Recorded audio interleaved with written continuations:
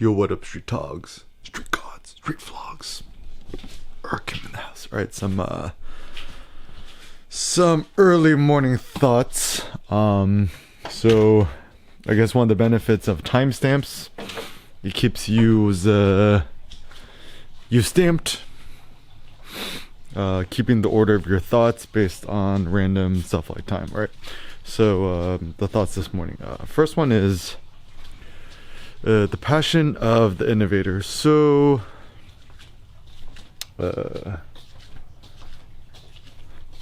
loosely said, what are you? What is we's innovators, and what is our passion? So I think essentially our passion is innovation, doing things differently and doing things newly, building new things, buying paracord, type 3 on Amazon, some black stuff, some rock climbing carabiners, and creating our own weightlifting equipment is a funny thing I've been personally doing. Yeah. So that's a funny thing that I've been personally doing. Creating my own weightlifting equipment. I guess it's funny because actually there may not be a market need for it.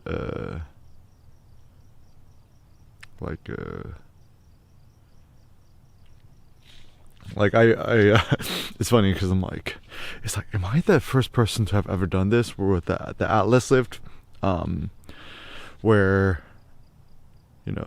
I took the standard gym barbell, I maxed it out, 9 plates? 9 plates and a 10? 9 plates and a 25? I don't even remember. I think it was 9 plates and a 10.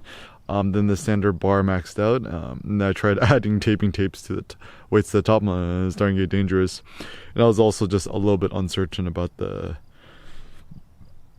strength of the bar. I was like, would it break? Will it snap? I mean, fortunately, it looks like they're actually pretty strong, even the cheap made in China stuff or the stuff at the commercial gym. But regardless, the manager at my local gym was like, "Oh, you should get a Texas Power Bar once you max it out. Got longer sleeves." On what? I just Google it, found it, and thought about it for a while. Actually, this is a big tip too. Is with purchases, think about it for a very, very long time. And so I thought about the Texas Power Bar for almost 3 weeks, right? Experiment all different options, almost a month, right? But finally, when you make your decision, just stick with it, no returning. So I would actually say that most people, we will just be happier not returning. So just buy it and just commit, even if it sucks or messes things unoptimal with it. So even when it comes to Ramon or clothing gear or stuff like that, whenever I buy something, not wholly up to my decision, just keep it, because often returning things is a pain in the butt. Even if you buy it online, you return store. One of the big problems and issues is that it often takes a long time to return. You gotta wait in line. Kind of a pain in the butt. Or also Amazon purchases. I mean, they've made it super easy to return stuff, but the big problem is you gotta go to the UPS store, you gotta wait in line, you gotta park, you gotta print out your printing labels. Your printer ran out of ink, or the ink's running. You gotta run the clean heads, stuff like that. So it's just kind of a overall pain in the butt. So don't deal with that. So anyways, so I think the passion of the innovators is I was randomly Googling Tesla. Elon Musk is the world's richest man again, did it? It's so funny. It's everyone wants to be Elon Musk. It's but is it that they want to become Elon Musk because they want to become the world's richest person and retire on a desert island, not have to do nothing, and go to all these luxury things, buy all the Lamborghinis? It's nah, it's something else, right? Because the funny thing about Elon, right? It's is Elon out there buying all the Lamborghinis? No. It's the funny thing is that often you become the world's richest person, or you become super rich and successful, not because you want to make a lot of money in order to do all these luxury things, but more ironically, you prefer an aesthetic life. You don't really care about yourself that much, and you're just more interested in building something beyond yourself. And then, as a consequence, after the fact, you become rich because your successes. So, some other thoughts that I had this morning's. Yeah, I would say, I think for the most part, to be insanely staunch about your thoughts and your beliefs, to never bend, the wisdom of being stubborn. Also, it's like, don't do nothing to like make your wife, kid, spouse happy, because often that leads to your own happiness.